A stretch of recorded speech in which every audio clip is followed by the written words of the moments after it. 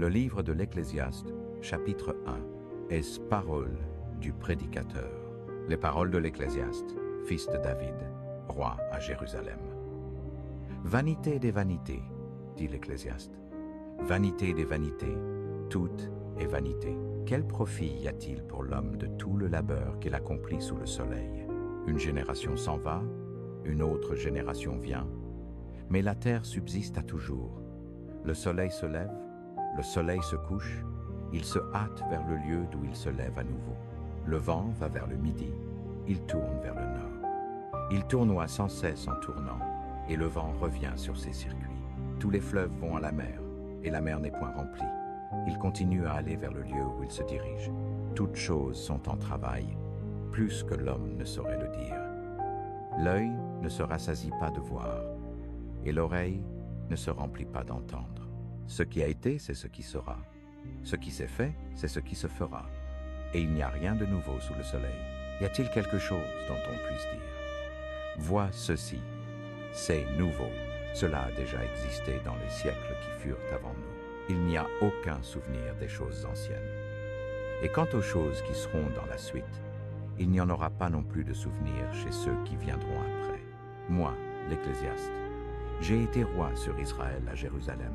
J'ai appliqué mon cœur à chercher et à sonder par la sagesse tout ce qui se fait sous les cieux.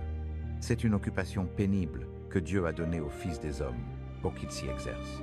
J'ai vu toutes les œuvres qui se font sous le soleil. Et voici, tout est vanité et pâture de vent. Ce qui est courbé ne peut se redresser, et ce qui manque ne peut être compté.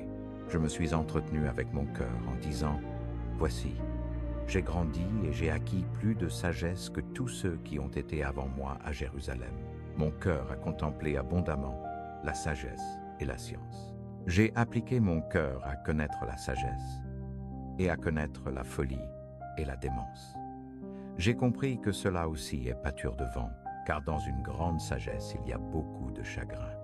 Et celui qui augmente sa science augmente sa douleur. Ecclésiastes, chapitre 2. J'ai dit dans mon cœur: allons maintenant, je vais t'éprouver par la joie, jouis donc du plaisir.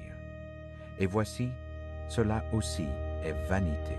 J'ai dit du rire, c'est folie, et du plaisir. À quoi bon?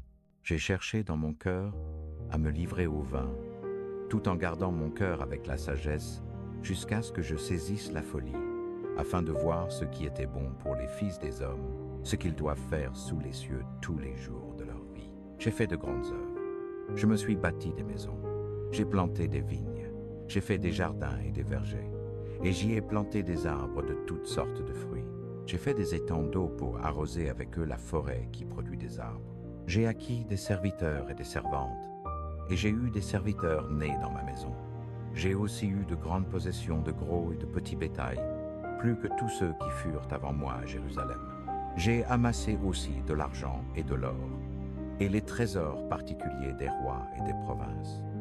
Je me suis procuré des chanteurs et des chanteuses, et les délices des fils des hommes, comme des instruments de musique de toutes sortes. Ainsi je suis devenu grand, et j'ai augmenté plus que tous ceux qui furent avant moi à Jérusalem. Ma sagesse aussi est restée avec moi, et tout ce que mes yeux désiraient, je ne le leur ai pas refusé. Je n'ai pas retenu mon cœur de aucune joie, car mon cœur s'est réjoui dans tout mon labeur, et c'était là ma part de tout mon labeur. Puis j'ai regardé toutes les œuvres que mes mains avaient faites, et le labeur que j'avais peiné à accomplir. Et voici, tout était vanité, vexation d'esprit, et il n'y avait aucun profit sous le soleil. Et je me suis tourné pour considérer la sagesse, la folie et la sottise. Mais que peut faire l'homme qui vient après le roi, ce qui a déjà été fait? Alors j'ai vu que la sagesse l'emporte sur la folie, autant que la lumière l'emporte sur les ténèbres. Les yeux du sage sont dans sa tête, mais le fou marche dans les ténèbres. Et moi aussi j'ai perçu que le même sort arrive à tous. Alors j'ai dit dans mon cœur: comme il arrive aux fous, ainsi il m'arrive à moi aussi. Et pourquoi alors ai-je été plus sage? J'ai dit dans mon cœur que cela aussi est vanité, car il n'y a pas de souvenir du sage plus que du fou pour toujours, puisque ce qui est maintenant, dans les jours à venir, tout sera oublié. Et comment meurt le sage? Comme le fou. C'est pourquoi j'ai haï la vie, parce que l'œuvre qui se fait sous le soleil m'est pénible, car tout est vanité et vexation d'esprit. Oui, j'ai haï tout mon labeur que j'avais pris sous le soleil, parce que je dois le laisser à l'homme qui sera après moi.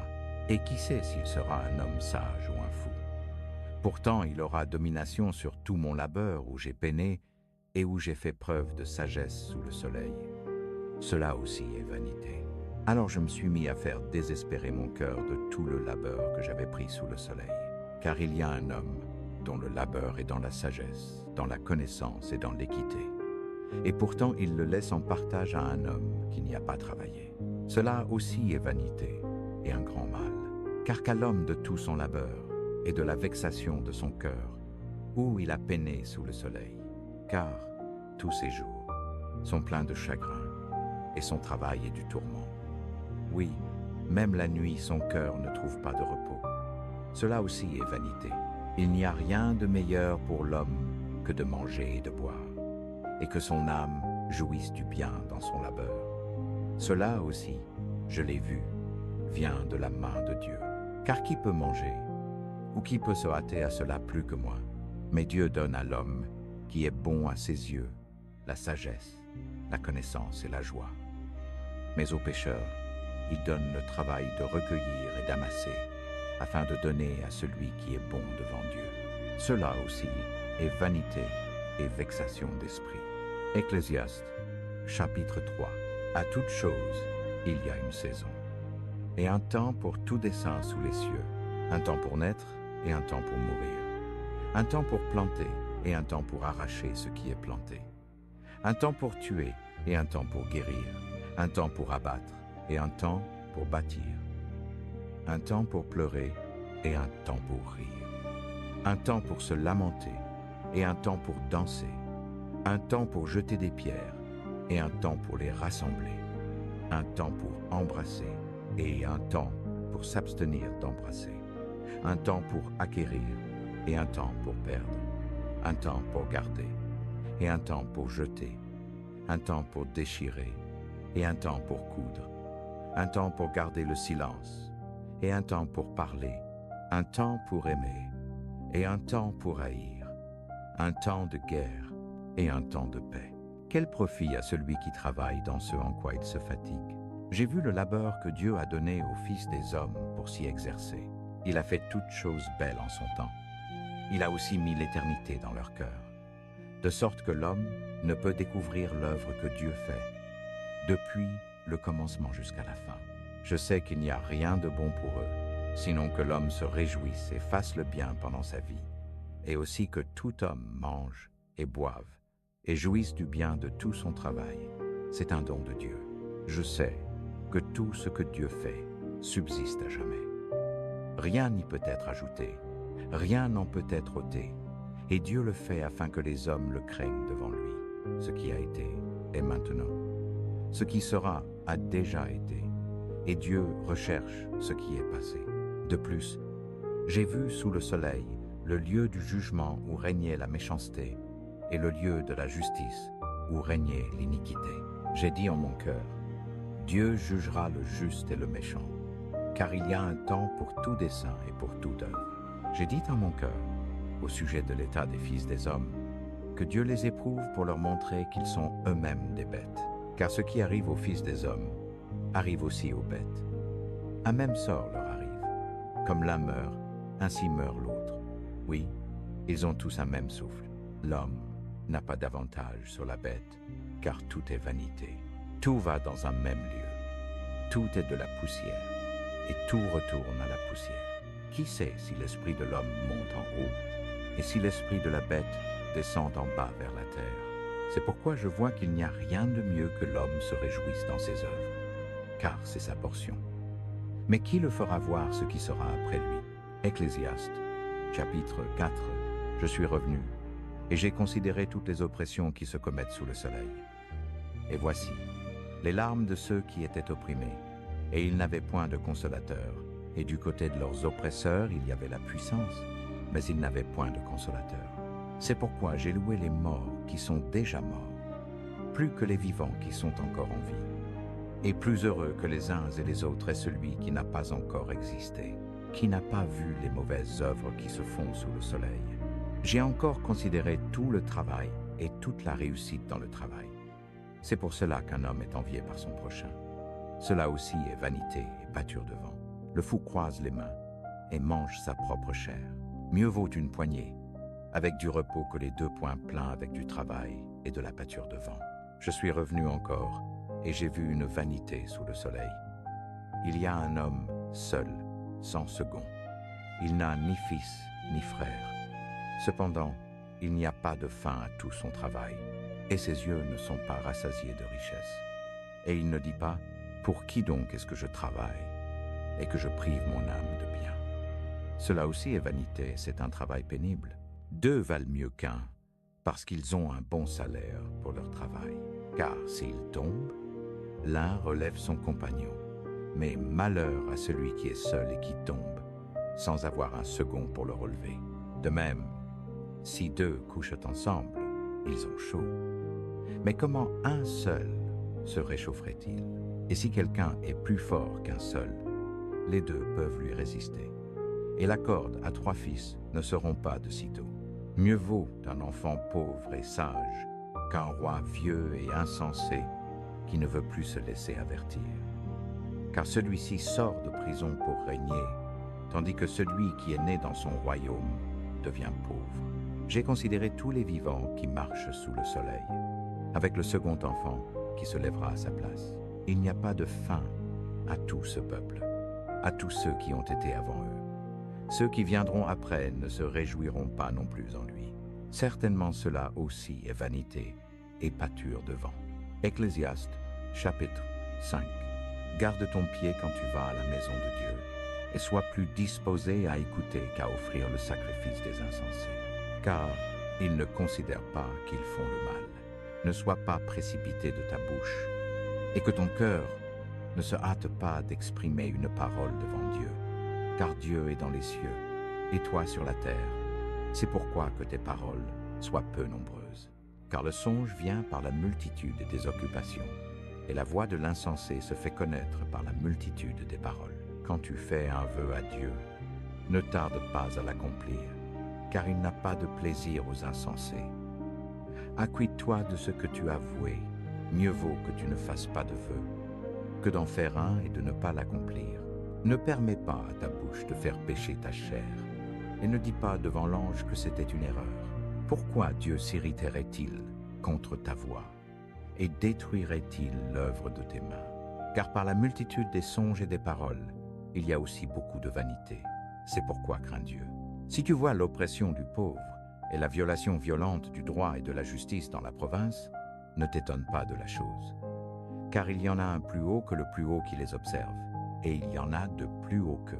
Cependant, l'avantage de la terre est pour tous. Le roi lui-même est servi par les champs. Celui qui aime l'argent ne sera pas rassasié d'argent, ni celui qui aime l'abondance ne sera rassasié d'augmentation. Cela aussi est vanité. Quand les biens augmentent, ceux qui les mangent augmentent aussi. Et quel avantage y a-t-il pour les propriétaires, sinon de les voir de leurs yeux? Le sommeil du travailleur est doux, qu'il mange peu ou beaucoup.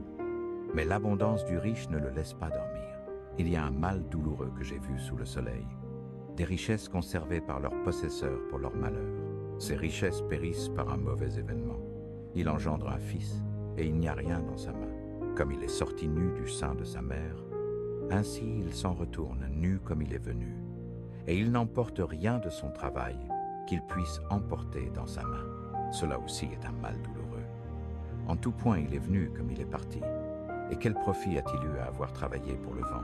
Tous ces jours aussi il mange dans les ténèbres, avec beaucoup de chagrin, de maladie et de colère. Voici ce que j'ai vu, moi. Ce qui est bon et convenable, c'est de manger, de boire et de jouir du bien de tout son travail qu'il prend sous le soleil tous les jours de sa vie que Dieu lui donne. Car c'est sa portion. Et tout homme à qui Dieu a donné des richesses et des biens, et à qui il a donné le pouvoir d'en manger, de prendre sa portion et de se réjouir dans son travail, c'est un don de Dieu. Mais il ne se souviendra pas beaucoup des jours de sa vie, parce que Dieu l'occupe par la joie de son cœur. Ecclésiaste, chapitre 6. Il y a un mal que j'ai vu sous le soleil, et il est fréquent parmi les hommes. Un homme à qui Dieu a donné des richesses, des biens et de l'honneur, de sorte qu'il ne manque de rien pour son âme de tout ce qu'il désire. Cependant, Dieu ne lui donne pas le pouvoir d'en jouir, mais c'est un étranger qui en mange. Cela est vanité, et c'est un mal terrible. Si un homme engendre 100 enfants et vit de nombreuses années, de sorte que les jours de ces années soient nombreux, et que son âme ne soit pas rassasiée de bien, et qu'il n'ait même pas de sépulture, je dis qu'un avortant vaut mieux que lui, car celui-ci vient en vanité et s'en va dans les ténèbres, et son nom est couvert de ténèbres. De plus, il n'a pas vu le soleil ni connu quoi que ce soit. Celui-ci a plus de repos que l'autre. Même s'il avait vécu 1000 ans 2 fois, pourtant il n'a vu aucun bien.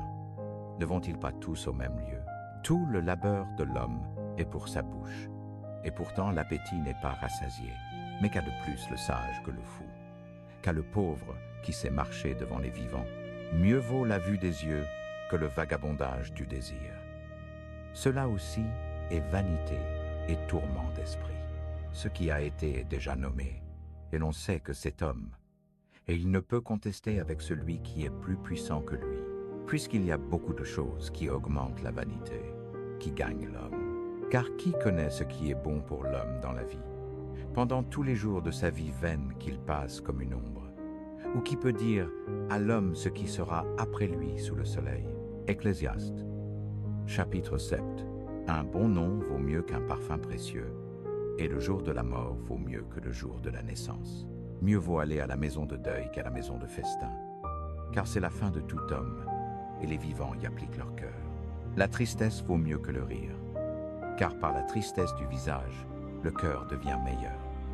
Le cœur des sages est dans la maison de deuil, mais le cœur des insensés est dans la maison de joie. Mieux vaut entendre la réprimande du sage que d'entendre le chant des insensés. Car le crépitement des épines sous la marmite est comme le rire de l'insensé. Cela aussi est vanité. Certes, l'oppression rend fou même le sage, et un don corrompt le cœur. Mieux vaut la fin d'une chose que son commencement. Mieux vaut l'homme patient en esprit que l'orgueilleux en esprit. Ne te hâte pas dans ton esprit de t'irriter, car l'irritation repose dans le sein des insensés. Ne dis pas, pourquoi les jours d'autrefois étaient-ils meilleurs que ceux-ci? Car ce n'est pas par sagesse que tu poses cette question. La sagesse est bonne avec un héritage, et elle procure un avantage à ceux qui voient le soleil, car la sagesse est une protection, et l'argent est une protection. Mais l'excellence de la connaissance, c'est que la sagesse donne la vie à ceux qui la possèdent. Considère l'œuvre de Dieu. Qui peut redresser ce qu'il a rendu courbé? Au jour de la prospérité, sois joyeux.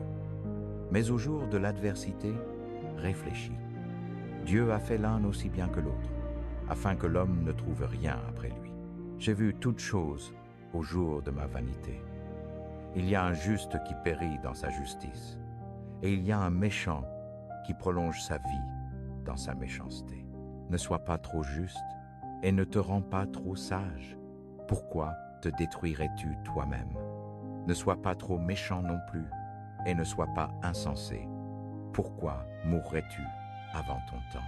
Il est bon que tu retiennes ceci. Et même de cela, ne retire pas ta main, car celui qui craint Dieu sortira de tout cela. La sagesse fortifie le sage plus que 10 puissants qui sont dans la ville. Mais il n'y a pas d'homme juste sur la terre qui fasse le bien et qui ne pêche point. Ne fais pas attention à toutes les paroles qui se disent, de peur que tu n'entendes ton serviteur te maudire. Car ton cœur sait souvent que toi-même, tu as maudit les autres. Tout cela, je l'ai éprouvé par la sagesse. J'ai dit, je serai sage, mais elle était loin de moi. Ce qui est loin et excessivement profond, qui peut le découvrir? J'ai appliqué mon cœur à connaître, à sonder et à chercher la sagesse et la raison des choses, et à connaître la méchanceté de la folie, même de la démence et de la folie. Et j'ai trouvé plus amée que la mort la femme dont le cœur est des filets et des raies, et dont les mains sont des liens. Celui qui plaît à Dieu lui échappera, mais le pécheur sera pris par elle. Voici ce que j'ai trouvé, dit le prédicateur, en comptant un par un pour trouver le compte. Ce que mon âme cherche encore. Mais je n'ai pas trouvé un homme entre 1000. Mais une femme, parmi toutes celles-là, je n'en ai pas trouvé. Voici seulement ce que j'ai trouvé. Que Dieu a fait l'homme droit, mais ont cherché beaucoup d'inventions. Ecclésiaste chapitre 8. Qui est comme le sage? Et qui connaît l'interprétation d'une chose? La sagesse d'un homme fait briller son visage, et la rudesse de son visage en est changée.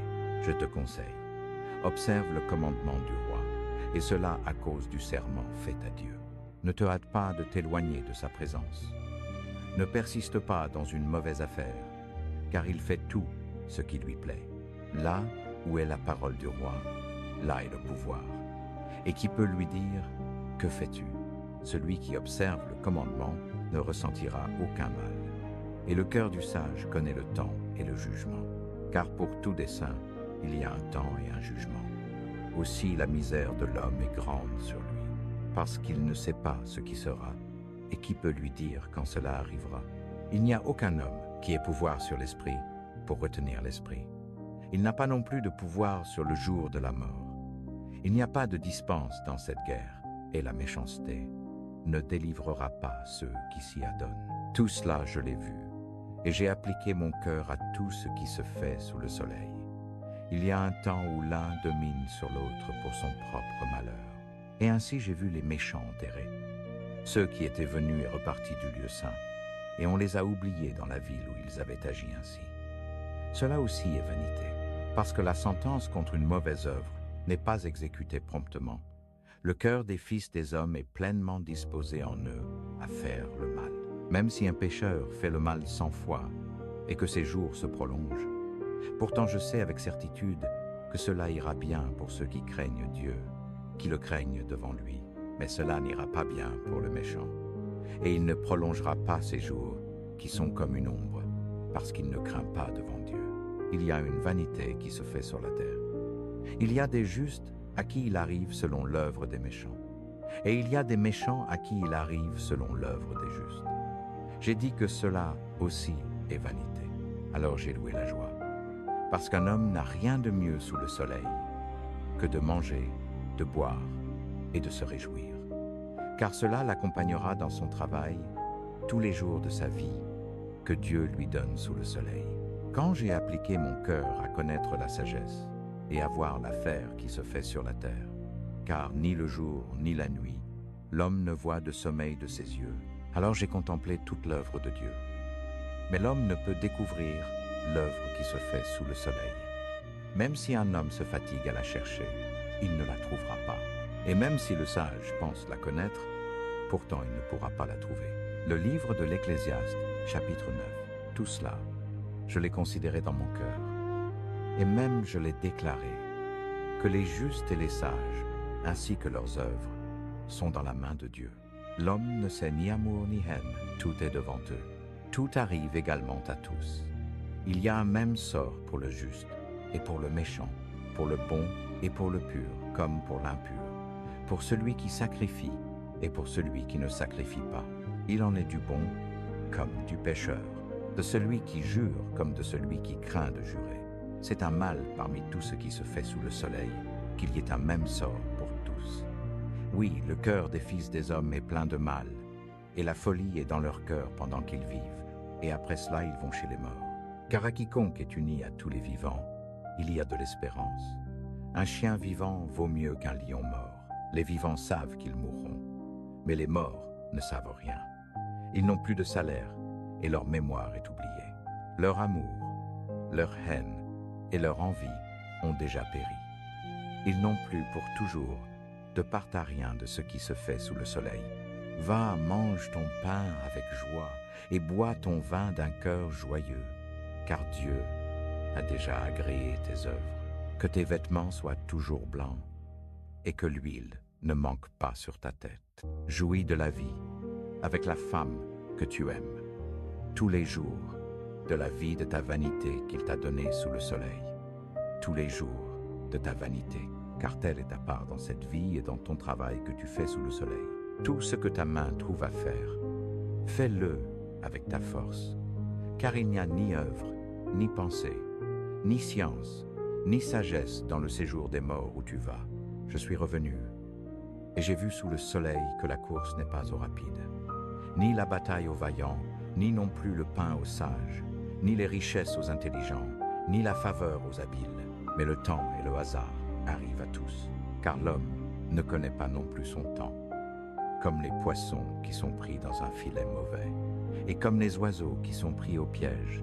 Ainsi les fils des hommes sont pris au piège au temps mauvais, quand ils tombent soudainement sur eux. J'ai vu aussi cette sagesse sous le soleil, et elle m'a paru grande. Il y avait une petite ville, et peu d'hommes dedans. Un grand roi vint contre elle, l'assiégea, et bâtit de grands retranchements autour d'elle. On trouva dans la ville un homme pauvre et sage, qui délivra la ville par sa sagesse. Et personne ne se souvint de cet homme pauvre. Alors je dis, la sagesse vaut mieux que la force. Néanmoins, la sagesse du pauvre est méprisée et ses paroles ne sont pas écoutées. Les paroles des sages sont écoutées dans le calme, plus que le cri de celui qui domine parmi les insensés. La sagesse vaut mieux que les instruments de guerre, mais un seul pécheur détruit beaucoup de biens. Le livre de l'Ecclésiaste, chapitre 10. Les mouches mortes font fermenter et exhaler une mauvaise odeur longuet du parfumeur. Ainsi, un peu de folie pèse plus lourd que la sagesse et que l'honneur. Le cœur du sage est à sa droite, mais le cœur de l'insensé est à sa gauche. Et même quand l'insensé marche sur le chemin, le sens lui manque, et il dit de tout le monde, « Celui-là est un insensé. » Si l'esprit du dominateur s'élève contre toi, ne quitte pas ta place, car le calme apaise de grandes offenses. Il y a un mal que j'ai vu sous le soleil, comme une erreur qui procède du souverain. La folie est mise à de grandes dignités, et les riches sont assis en bas lieu. J'ai vu des serviteurs sur des chevaux, et des princes marchant à pied comme des serviteurs sur la terre. Celui qui creuse une fosse y tombera, et celui qui brise une haie, un serpent le mordra. Celui qui enlève des pierres en sera blessé, et celui qui feint du bois s'expose au danger. Si le fer est émoussé et qu'on n'en aiguise pas le tranchant, il faut redoubler de force. Mais la sagesse est profitable pour diriger. Si le serpent mord sans enchantement, le babillard n'a pas d'avantage. Les paroles de la bouche du sage sont pleines de grâce, mais les lèvres de l'insensé le consumant lui-même. Le commencement des paroles de sa bouche est folie, et la fin de son discours est une méchante démence. L'insensé aussi est plein de paroles. L'homme ne sait pas ce qui sera, et ce qui sera après lui, qui le lui dira? Le travail de l'insensé le fatigue tous, car il ne sait pas aller à la ville. Malheur à toi, pays dont le roi est un enfant, et dont les princes mangent dès le matin, heureux es-tu. Pays dont le roi est fils de noble, et dont les princes mangent en temps voulu, pour la force et non pour l'ivrognerie. Par la grande paresse, la charpente s'affaisse, et par l'oisiveté des mains, la maison a des fuites.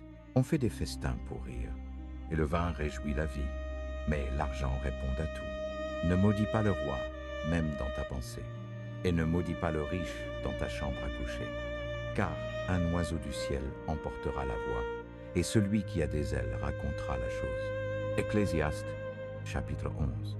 Lance ton pain sur les eaux, car après bien des jours tu le retrouveras. Donne une part à 7, et même à 8, car tu ne sais pas quel malheur peut survenir sur la terre. Si les nuages sont pleins de pluie, ils se vident sur la terre, et si l'arbre tombe vers le sud ou vers le nord, à l'endroit où l'arbre tombe, là il restera. Celui qui observe le vent ne sèmera pas, et celui qui regarde les nuages ne moissonnera pas. De même que tu ne sais pas quel est le chemin du vent, ni comment se forment les eaux dans le sein de la femme enceinte. Ainsi tu ne connais pas l'œuvre de Dieu qui fait tout. Le matin, sème ta semence, et le soir, ne retiens pas ta main. Car tu ne sais pas si ceci prospérera, ou cela, ou si tous deux seront également bons. Vraiment, la lumière est douce, et il est agréable pour les yeux de contempler le soleil. Mais même si un homme vit de nombreuses années, et se réjouit en toutes, qu'il se souvienne des jours de ténèbres, ils seront nombreux, tout ce qui arrive est vanité. Réjouis-toi, jeune homme, dans ta jeunesse, et que ton cœur te rende joyeuse au jour de ta jeunesse. Marche selon les voies de ton cœur et selon ce que voient tes yeux, mais sache que pour toutes ces choses, Dieu t'amènera en jugement. Ôte donc le chagrin de ton cœur et éloigne le mal de ta chair, car l'enfance et la jeunesse sont vanité. Ecclésiaste chapitre 12.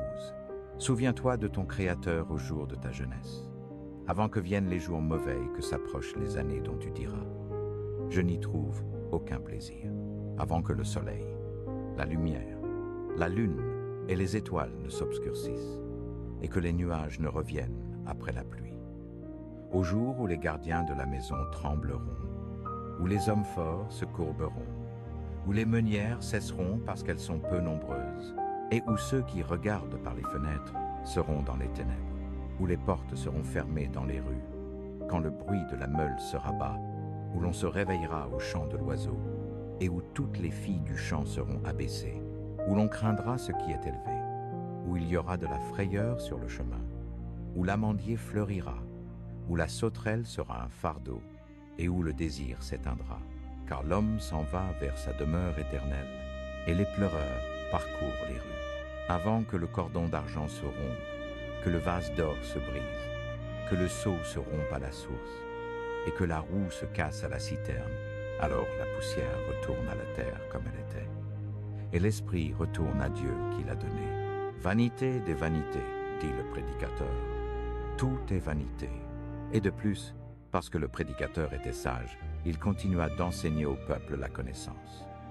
Oui, il prêta une bonne attention, il rechercha, et il mit en ordre un grand nombre de proverbes.